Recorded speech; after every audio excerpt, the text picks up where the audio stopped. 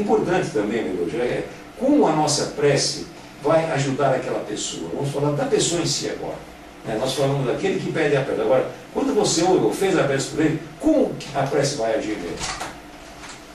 É interessante porque nós não temos ainda a completa consciência do que vem a ser uma prece.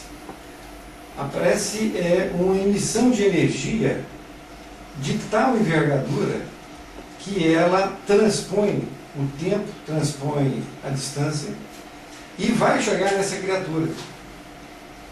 É como se fosse um passe.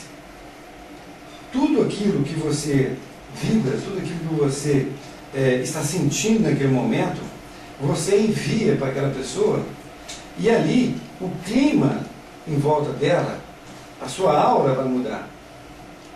Ela muda de tal forma que ela vai passar a ter aquele sentimento de vontade de reagir.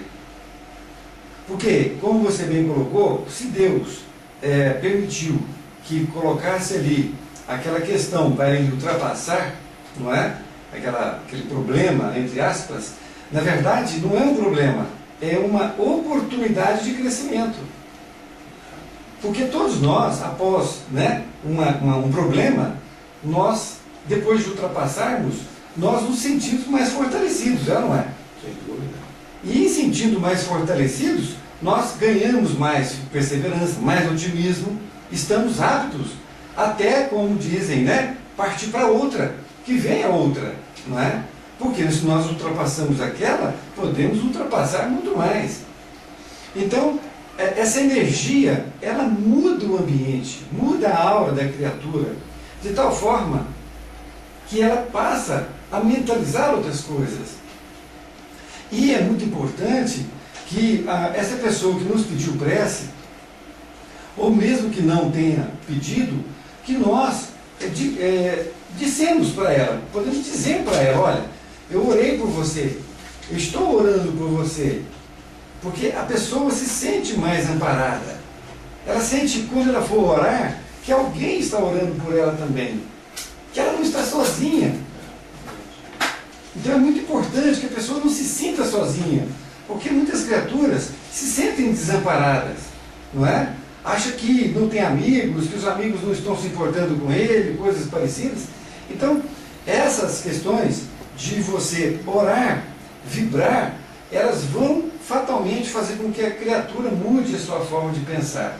E em mudando a sua forma de pensar, os obstáculos vão ser todos ultrapassados. Muito bom. Realmente. Esse é o caminho ideal. Muito bem. Passando agora para a quarta parte, eu gostaria de falar então sobre as preces para os mortos.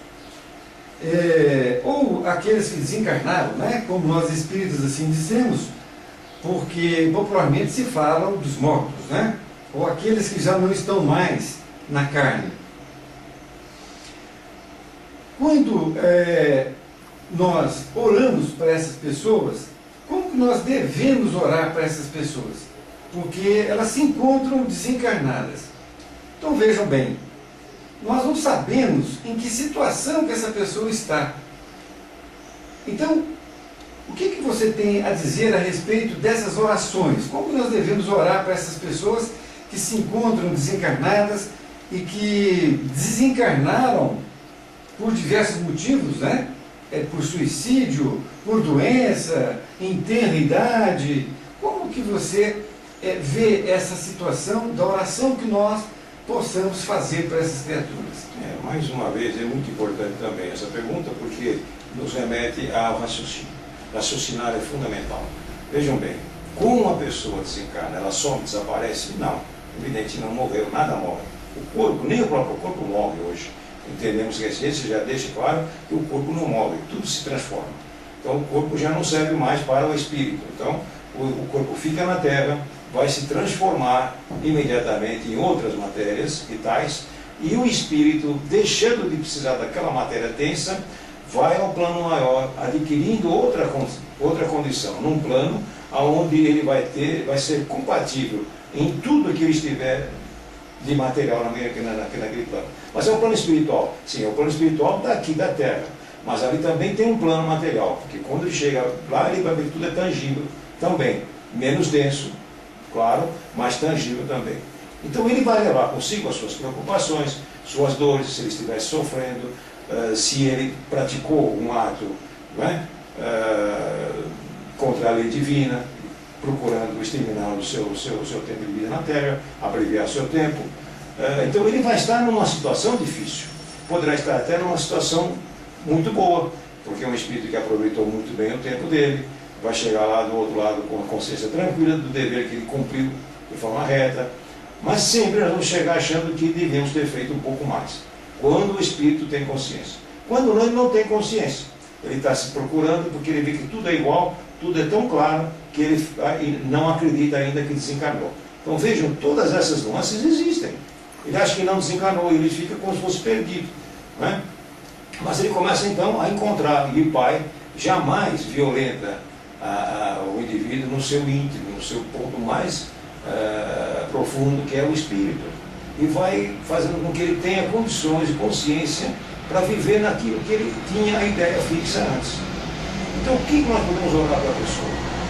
A primeira coisa que nós vamos fazer é ver que ela está viva e está perturbada e preocupada com a família que deixou, com os problemas que deixou, e se sair pela porta de querer encurtar o seu tempo ou a sua dor, pior ainda, porque as dores e os tempos continuarem e agora vão aumentar a dor da consciência. E todos nós temos consciência. Então, de pronto, todo o ser que desencarna necessita da nossa prece, porque a consciência dele começa a ferver, porque ele vai fazer um balanço da situação. E nem sempre esse balanço é um balanço positivo. Mas Deus não desampara ninguém. Não é preciso que a gente fique achando que está realmente jogado nas trevas da ignorância. Não. É evidente que as trevas vão nos acompanhar, não esquecendo que Jesus dizia: onde tiver o seu tesouro, lá estará o seu coração. Logo, né, conforme aquilo que eu gosto, aquilo que me apetece, eu vou estar imantado àquele fato. Então, quem vai orar?